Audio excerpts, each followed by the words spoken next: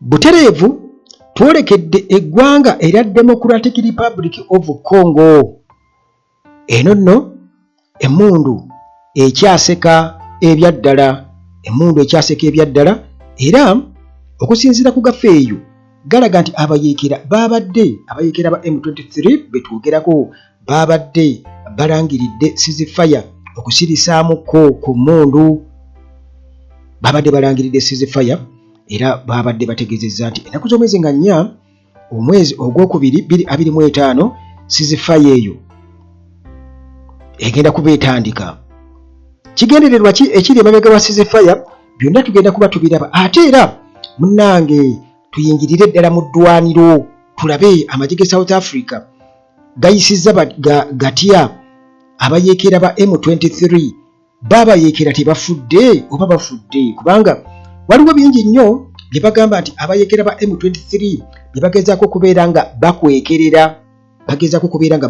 kweganga bo balinga abatafunyeewo kusoomoozebwa kwonna, nga balinga amenya mu jjenje ekkalu. Naye muganda wange, okusinziira ku gafeeyo abeerabiddeko n'agaabwe bannamawulire ba reporters abaliyo batutegeeza nti muganda wange emirambo gigwira ddala, n'egyaba M23 gigudde egiwererako ddala. Nga bwe nkutegeezezza munnange, tuli Goma era kansooke nkulamuseeko oli otya gwe muganda wange ampuliriza, gyebaleko gyonna gy'otuusaako engalo. Uganda at large butereevu mu mikwesese nga bulijjo. Kakati tuli Democratic Republic of Congo, abayeekera ba M23 gurupu eno nga ekwasaganyizibwa wansi wa alliance eyitibwa AFC. Bano munnange balangiridde ceasefire,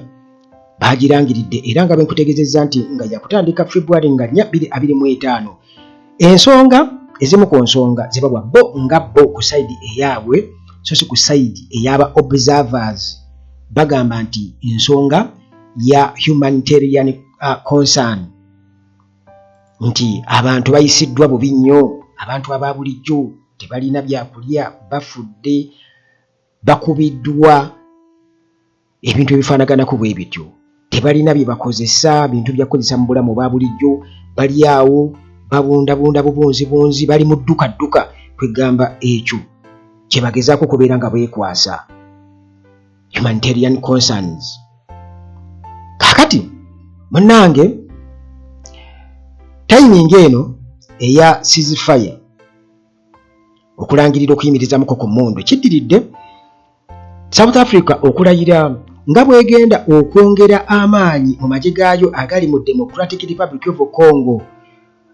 era nga okukogasse ne international pressure okuva mu international community ku Rwanda nga ensi ewagira abayeekera ba M23 okubanga ejjayo abayeekera baayo, era nga kino muganda wange kyongera ebibuuzo nti ekigendererwa ky'abayeekera ba M23 okulangirira ceasefire bagenderera ki? Kakati munnange, okusinziira ku kulangirira kwe baakoze, zabadde ennaku z'omwezi nga 3 omwezi ogwokubiri M23 babadde bwe batyo nga baklaiminga nti bo baagala ceasefire ebeewo. Babadde bakkiriza nti kale katusiriikirizeemuko ku mmundu, kwegamba nga balinga bagamba okay ffe nga bakirimaanyi tukusazeewo tusiriseemuko ku mmundu. Era nga ekyo bakikola mbu in response to the humanitarian crisis, era nga bo bagamba nti enjege eyo ereetedde abantu okubeera nga babundabunda, bali mu dduka, tebalina bujjanjabi, tebalina byakulya, kugamba bali mu mbeera ey'okusoberwa, buli kimu kiri cut off. Abantu ababulijjo betwogerako mbu eyo embeera ereeteddwawo regime ey'ekinsasha, bo bwe bagamba. Abayeekera ba M23 bo bagamba bo tebannakubako ku muntu yenna nti oba omuntu bamukube essasi nti oba bakole batya, nti bo okusalako ekitundu ekyo okuwamba ekibuga ekya Goma nti bakikoze nga beegendereza nnyo, nga tebalinaawo muntu yenna gwe bakozesa owa bulijjo okuleka amagye gali ag'ekinsasha aga Democratic Republic of Congo ge gakosezza abantu ge gamala gakuba ge gakola buli kimu okusinziira ku report zetufuna okuva eri abayeekera ba M23. Kakati bo bagamba nti bo bali committed nnyo okuprotectinga oba okukuuma ba civilians mu kitundu ekyo, era bagamba nti kibali mu control already. Kakati munnange the alliance gitwogerako eneyitibwa AFC stroke M23 bwe batyo munenga bagamba nti tusazeewo olw'ensonga bwe bageza okutegeeza general public nti in response to the humanitarian crisis caused by the Kinshasa regime, it declares a ceasefire starting February 4th, 2025 for humanitarian reasons. Statement bwetu bebadde egamba era nga eno yateereddwako mukono Lawrence Kanyuka, spokesperson owa AFC eyo alliance aba M23 mwe beegattira mwe batambulira alliance. Kaakati munnange ceasefire okulangirirwa ezze kaseera katono nnyo oluvannyuma lwa South Africa president waayo Cyril Ramaphosa okulayira nga bwagenda okubeera nga reinforcinga nga ayongera amaanyi mu South African National Defence Forces SANDF, amagye ge South Africa kati nga bono gamba nti UPDF bali bagayita SANDF, era nga gano already gali deployed oba gali mu kitundu kino ekya Democratic Republic of Congo nga bali wansi wa Southern African Development Community Mission in the DRC eyitibwa SAMIDRC. Ramaphosa ono nga ayongera okubeera nga anenya obulumbaganyi obwakoleddwa ku magye ge South Africa obwalese nga 14 ku magye ge South Africa bafu, era bwatyo n'alabula eri Rwanda nti wali badde munnange kati olwo Ramaphosa ategeeza eggwanga erya Rwanda nti mwali badde mujjayo amagye gammwe mu Democratic Republic of Congo kubanga Kigali tukimanyi mu abawagira abayekera ba M23. Rwanda yo ekola gumu gwa kwegwana naye gye buvuddeko Kagame teyeeganye. Yagambye nti kati mukyali ku bino kati tukikubya nti ani awagira ani atawagira ani awagira, twagala kumanya ba M23 be baani bajja batya lwaki balwana. Kagame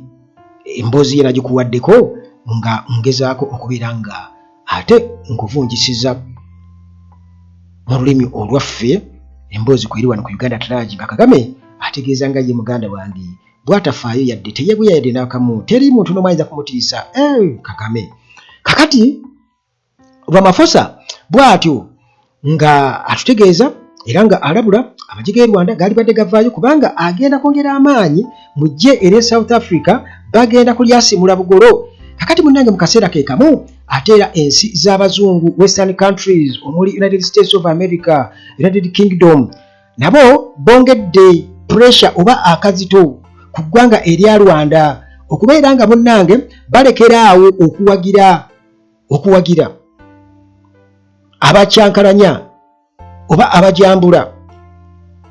abaleese obunkenke mu kitundu kino ekyobuvanjuba obw'eggwanga erya Democratic Republic of Congo nti baali badde bajjayo amagye gaabwe bunnambiro. International community nayo muganda wange bwetyo neeyongerezako eddoboozi lyayo nga bagamba nti Rwanda yenyigidde mu lutalo luno era ne balabula nti munnange conflict eno erisikinga okubeera nti eteekawo obunkenke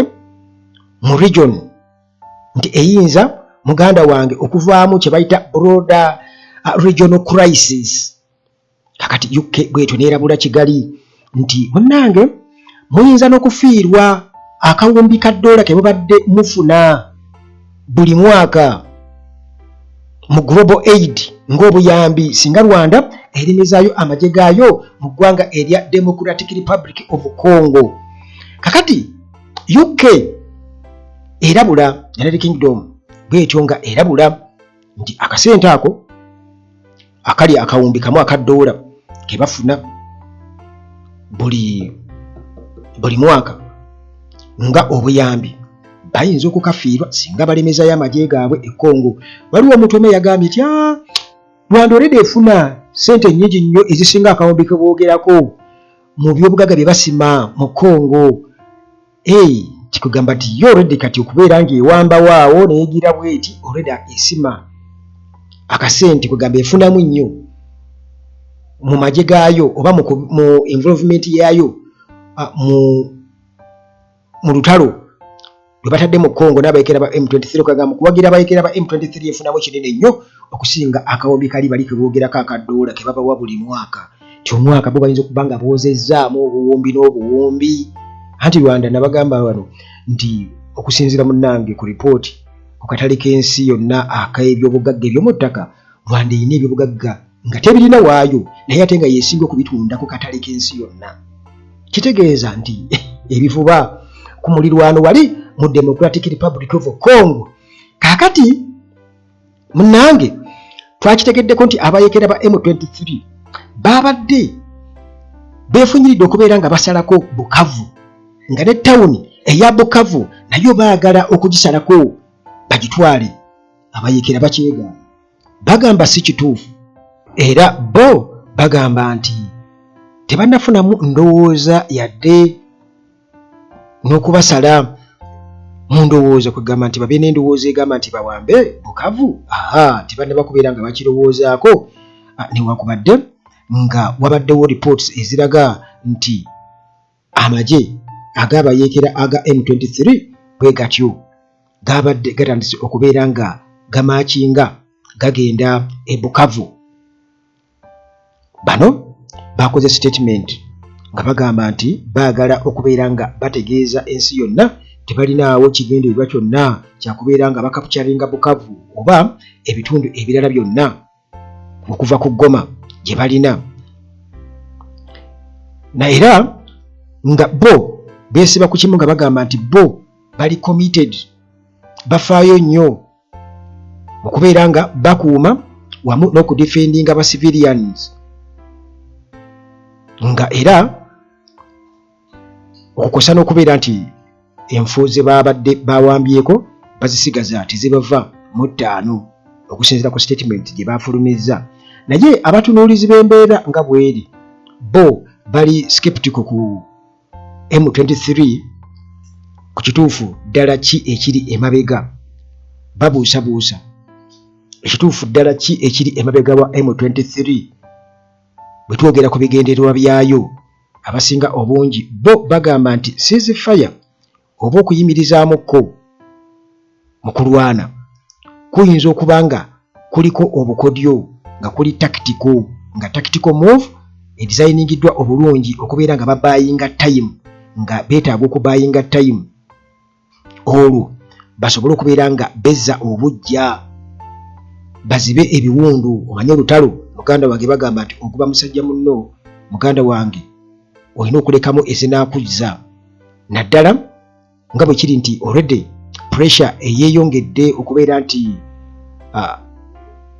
regional okusa ne international actors bonna bawoza kimu mwamuke Goma newankubadde nga mwamuwambye naye mumwamuke kugamba nga ekintu kye bakola ekyokugezaako okubeera nga basuula gavumenti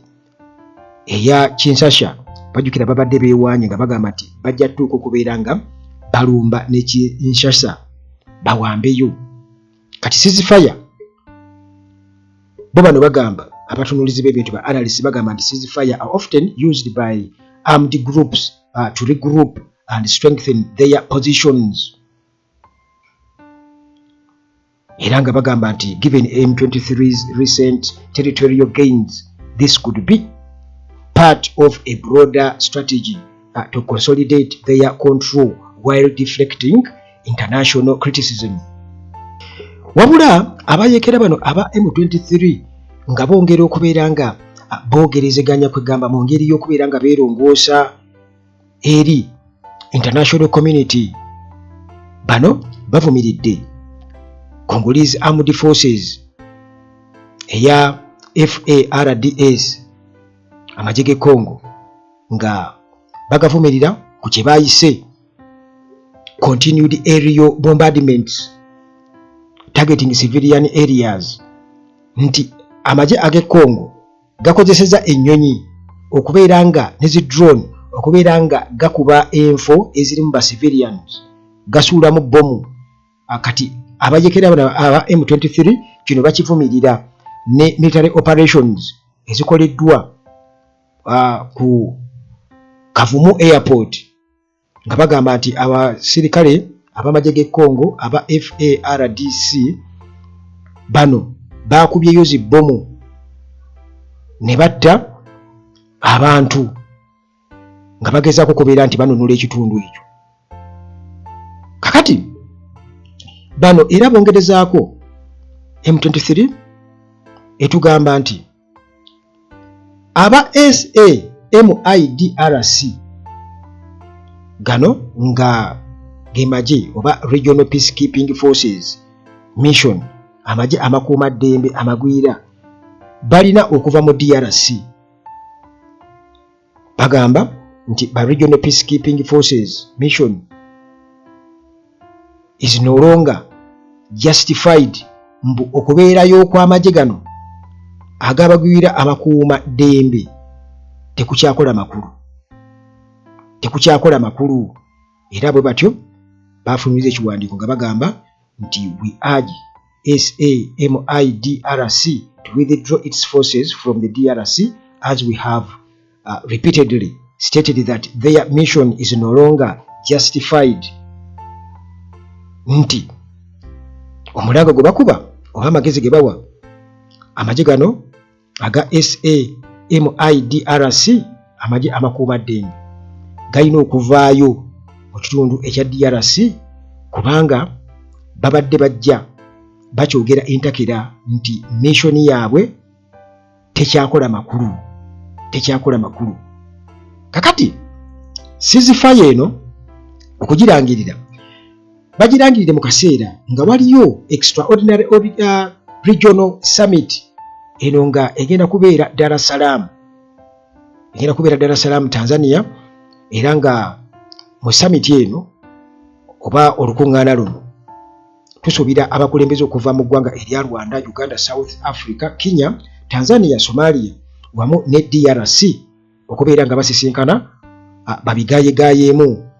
badiscussing worsening crisis mu ggwanga erya Democratic Republic of Congo. Mu kaseera kano United States emaze okubeera nga ewa emergency security alert kulikuba kulabula eri abantu baabwe nga babawa amagezi bannansi b'Amerika abali mu Kinshasa okubeera nga bavaayo kubanga wayinza okubaawo muganda wange ate ekisukka ku ekyo, era nga kino basinziira ku mbeera ensi yonna engeri gyerabamu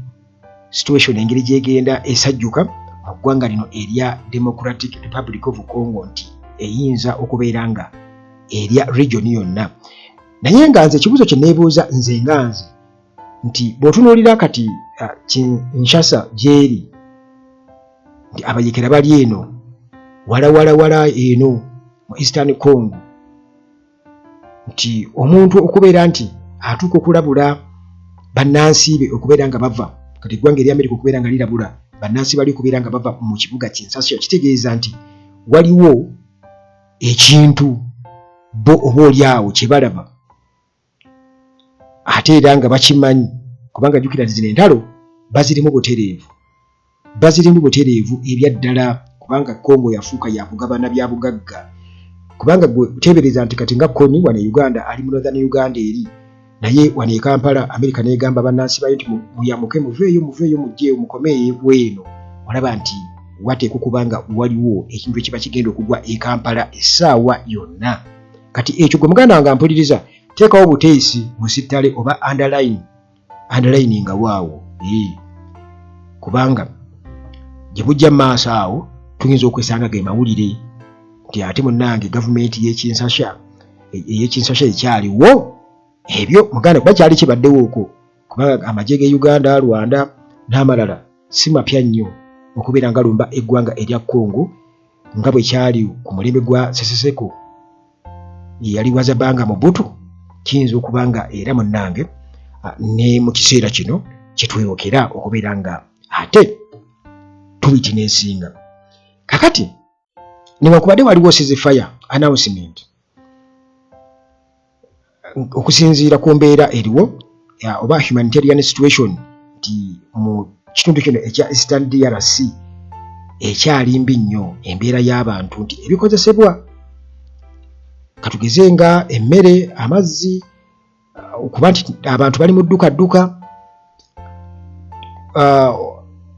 ebyobujjanjabi byonna embeera mbi nnyo era nti conflict eno ereetedde abantu okubeera nga babundabunda nga bano bali mu millions ate nga ebikozesebwa oba essential services tebazirina okusinziira ku ongoing violence yembeera eriyo. Kakati ebyo munnange nga bikyali awo nakusuubiza nti butereevu tugenda mu lutalo lwennyini okusinziira ku bantu abaliyo nga batunyumiza akaseera bwe bawambira katugeze Goma n'ebiriwo essaawa eno nga bagezaako okubeera nga badvance kugenda e Bukavu already abayekera kye beeganje kiki kye basanze ekyo ekiyinza okuba nga kyabalemesezza oba mbeera ki eriwo kuba bagamba nti munnange nti situation tesobola kubeera sayidi emu nti bakugambye nti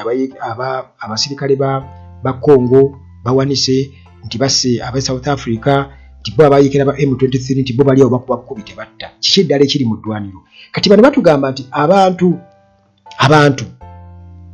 nga 700 be bafudde mu Goma era nga United Nations yekonfaminga bino. Kakati olwo nti abasirikale oba abayekera ba M23 bo babadde bangi ku magye aga South Africa aga SANDF nti bo kituufu babadde bangi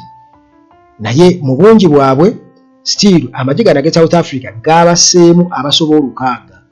nti abayekera ba M23 abasobola 600 battiddwa. Kati amagye ga DRC go ne gabayiwa ate gawanise buwanisi nti bano abajasi ba South Africa nti singa amagye aga Congo gabadde nago galinawo resistance nti kituufu kiri nti M23 rather yali badde tesobola kubeera nga ewamba Goma. Kati bano batugamba nti abantu aba bulijjo bali mu 700 abo bo battiddwa mu intense fighting wali mu Goma. Jukira nti abayekera aba M23 bagezaako okubeera nga kino bagamba nti si be bassa abantu wabula amagye age Congo ge gabasse. Kale kwegamba okuva olunaku olwa Sunday United Nations bwetonge tukakasa ripoti gyatuwadde nga batugamba nti conflict eno mbu bakirabye nti amagye ga M23 agawagirwa ag'e Rwanda gawambye mu kitundu kino ekya North Kivu era nti mu kuwamba kuno abantu abali eyo kugamba bwe bagata omugatte 208 abo babalese bo si bafu naye nga bafunye ebiwundu bakubiddwa balina ebisage eby'amaanyi era nga kino kyavuddeko muganda wange okutya nti embeera nti eyinza okubeera nga esajjuka singa ate abajeekera bakisalawo okubeera nga badvancinga nga beeyongera mu kuwamba ekitundu bagala okuwamba ekitundu kye bata Bukavu. Kino bagamba nti kiri mu maserengeta aga Kivu. Kati mu lutalo lwennyini kiki ekyabaddeyo okusinziira ku ba reporters ababaddeyo omanyi kati waliwo balumira mwoyo ba reporters nti nga bo babeerawo mu crossfire nti amasasi gabayitako bo bwe bakwata ebifaananyi era bwe baripootinga butereevu. Kati bano bo bagamba ki ababaddeyo bagamba nti bwe baba bakuwa akawonvu n'akagga ku bye baalabye mu lutalo luno bagamba nti muganda wange olutalo lwabadde kafungula nkete era yabadde exchange of fire eyaddala era bo bagamba nti balabye nti amagye aga Congo nga gali wamu n'aga South Africa mu kusooka nga galwana bezizingirire naye nti olutalo luno lwabadde lutiise nnyo balwogerako ng'olwabadde fearsome bloody battle nti olwakulungudde essaawa 24 kati omu ku ba journalists ababaddeyo atunnyonnyola agamba nti muganda wange nti abasirikale aba South Africa bayiriddwayo okugamba mu ngeri y'okubeera nti amagye g'e Congo gaba mazeemu amaanyi gaba exposinze kugamba ne bateekebwa mu ambush oluvannyuma lw'aba member aba armed forces kugamba amagye g'e South Africa nti Armed Forces of the Democratic Republic of Congo FARDC mbubano be babadde balidinga front ndi mu kifo sigala nga bakuba kugamba okulwana obwezizingirigana amagye age South Africa bagamba backinga kye basazeewo okukola kwe kubeera nga baserena nga ate bawanika buwanisi kakati Deputy Defense Minister General Bantu Holomisa yakakasizza bino journalist kyono byeyogedde n'agamba nti troops eza DRC zasarendalinze era nga zabadde zirina kubeera nga ate zikavaringa bukavarinzi naye munnange basazeewo kubeera nga babula bubuzi kugamba mulaba bannammwe mulwanirako mugamba kakati baba bagizeewo bati ffe tuyitwa ntukube bwe tuti munnange babuze bubuzi all of a sudden kati amagye gano age South Africa munnange negesanga mu kaseera akazibu ennyo ne gatandika okubeera nga galumbibwa abayekera ba M23 ewatali kutya kwonna naye era still ne galwana bwezizingirire kati newankubadde nti amagye ge South Africa gabadde outnumbered ate era nga still kugamba bali balaze nti babadde bagasinga amaanyi kuba babadde bangi naye abasirikale be South Africa balwanidde ddala kwegamba n'obuvumu obutagambika nti omusajja agamba nti your soldiers fought like heroes and killed more than 100 of the M23 rebels mu kaseera ako bakatujjukira nti munnamawulire ali mu ddwaniro alaba emirambo nga gigwa yebwe yeekwekamu bw'ati n'akwata yeekwekamu bw'ati n'akwata naye ziba zinnemye nze sijja kulimba ezo ziba zinnemye kuripootinga mbanja kuripootinga mbabuulire naye awo kaakati munnange nga atunyumiza biki ebyabaddeeyo naye nga okusinziira ku reports ezirina kubeera nga zikakasibwa bo kubanga abayeekera ba M23 bo tebaagala kubeera nga bawa omuwendo gw'abayeekera abattiddwa kati bagamba nti aba